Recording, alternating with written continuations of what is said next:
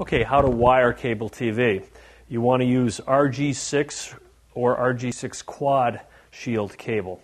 This is a standard RG6 dual shield cable, which is good for runs up to about 125 feet. First thing you want to do is cut the end of the cable nice and clean and square, and then get a cable stripper and strip the cable at the end. This strips it to the right dimensions for the center conductor and the outer shield to accept a standard compression F connector plug.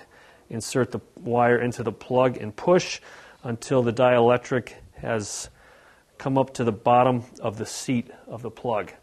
After that's inserted over the wire, then you need a compression tool, which will take the plug and squeeze it over the wire, making a positive ground connection.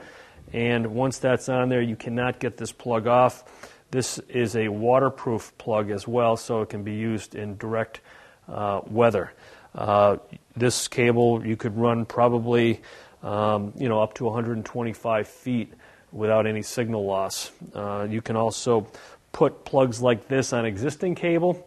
So if you have a problem in your house where you're losing a signal or the quality of the signal is poor, putting new plugs on wire like this will give you a much better signal quality.